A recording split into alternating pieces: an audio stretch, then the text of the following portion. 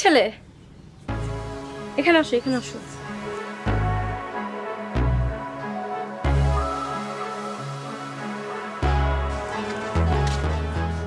কি ব্যাপার, এবার মন খারাপ করে এখানে বসে আছো যে?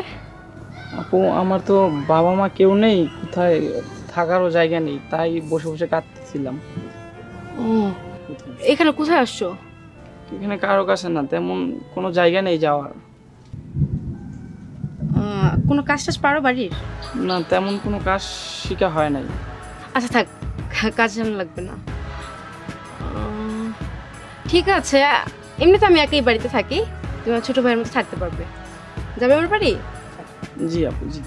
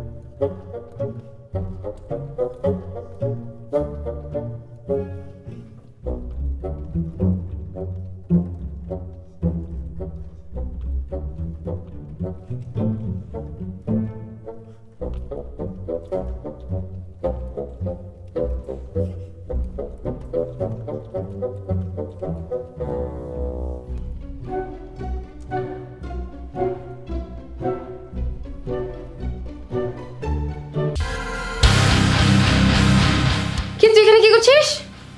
না আপু, এখানে ময়লা হয়ে গেছে তো তাই মুছতেছিলাম। তোকে না বলেছি নক না করে আমার রুমে এন্ট্রি করবি না? জি আপু। তোর ময়লা পাশ করতে হবে না, বের হ। জি জি, আচ্ছা। চুপ করে না বলে রুমে ঢুকে যায়।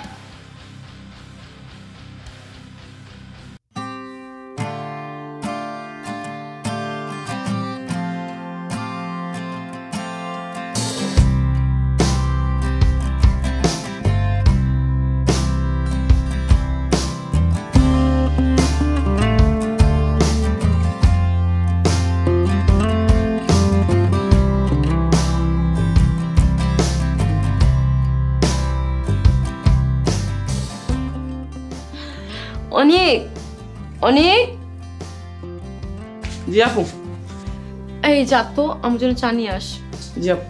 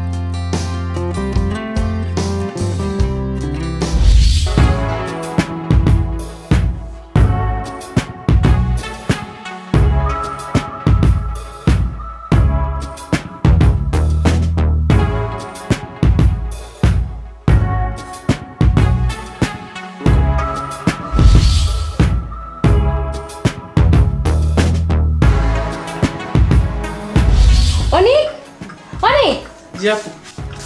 তোর এত বড় কলিজা, তুই বাইরে লুকায় লুকায় আমাকে দেখছিস? এই জন্য কি তোকে রাস্তা থেকে বাড়িতে উঠিয়েছিলাম আমি? আপু কি বলবো, আপনাকে আমার ভালো লাগে, সেই জন্যই লুকিয়ে দেখতেছিলাম। তোর স্পর্ধাটা কত বড়, তুই একটু চিন্তা কর। বের হয়ে যা আমার বাড়ি থেকে, সামনে থেকে দূর হ। আপু আপনি তো জানেন আমার যাওয়ার কোনো জায়গা নাই, এবার মতো মাফ করে দেন, ভুল হয়ে গেছে। আমি তোর কোনো কথা শুনতে চাচ্ছি না, বের হতে আমার সামনে থেকে। তোর এই চেহারাটা দেখার আর ইচ্ছে নেই, বের হ আমার সামনে থেকে, বের হ।